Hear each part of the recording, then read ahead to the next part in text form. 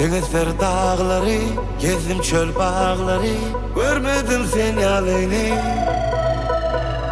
Ol görküm badarı, ölür yanadarı, ben sevmenin azarı.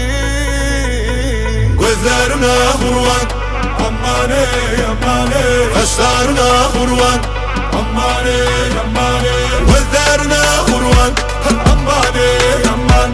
Kaşlarına kurban, aman ey aman ey.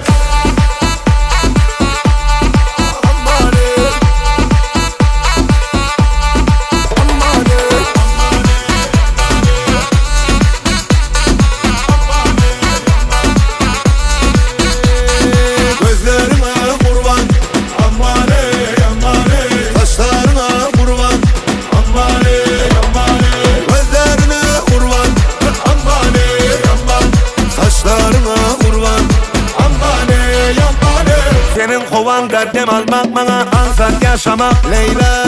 Sen yanında barda dükka parol düşe vaktimim Leyla. Adın ben sultanım, sana bağlı yazayım tabım. Şekerin çektiğin edin, emme bana var vakittayın. Gözlerime kurban, ah saçlarına kurban. Gözlerine kurban, aman ey aman. Saçlarına kurban, aman ey aman ey.